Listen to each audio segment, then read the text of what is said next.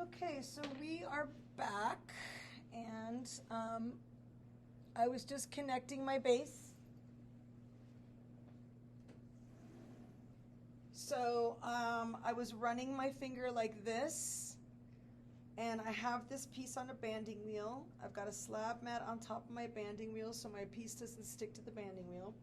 And again, if you have too much material down here, you can cut a little off, but really be careful. You don't want to cut too much off. Go very, very slowly if you're cutting.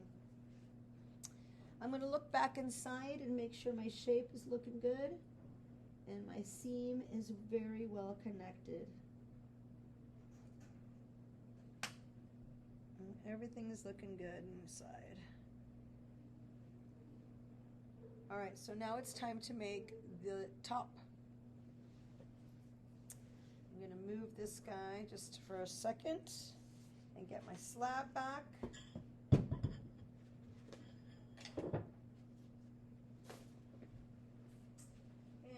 I think that I do want to put my texture into the top. Oops.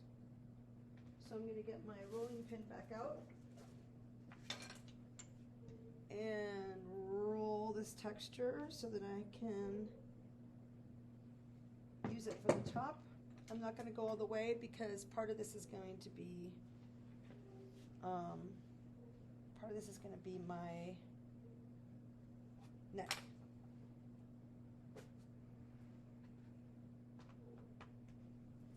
All right, back over here. Oops.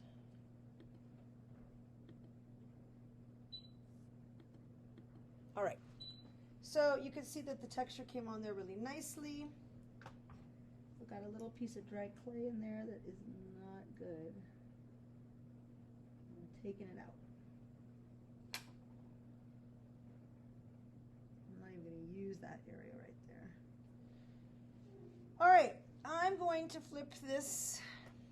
Well, okay, first things first. I'm going to get my vase over here, and I'm going to begin the scoring on what will be the top. There we go. And I'm going to flip this over, my texture slab, set it down, give it a wiggle. While it's upside down, this is a great opportunity to take a damp sponge. I'm squeezing all the water out of it and just kind of smoothing that out.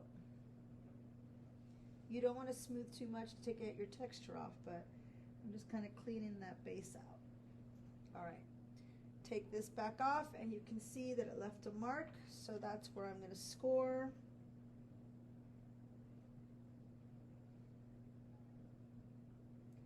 I have another scoring tool that you guys can use if this is too big, if these serrated ribs are too big. You can ask me for it and I'm happy to point you in the right direction.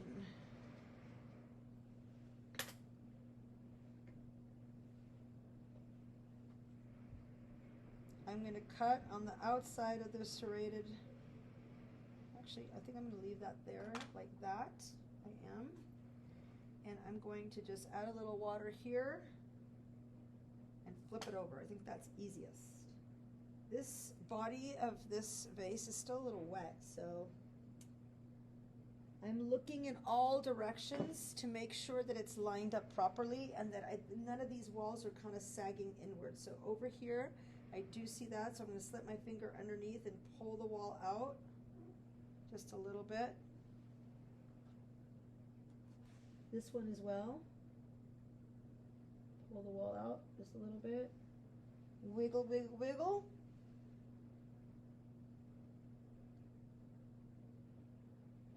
Wiggle, wiggle, wiggle. And then I'm going to cut. Again, you want to cut just slightly outside of the wall. Just a tiny bit outside the wall.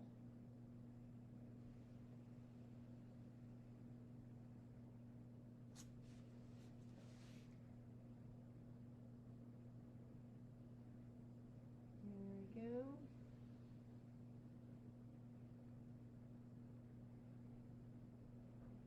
Get rid of this.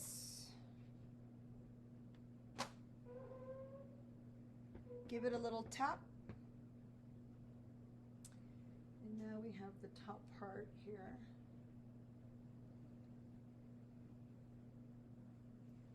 I can put it back on a banding wheel and smooth my edges the same way we did with the bottom.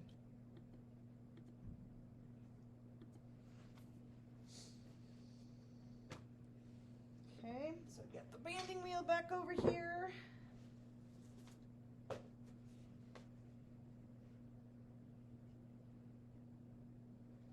And give it a little spin.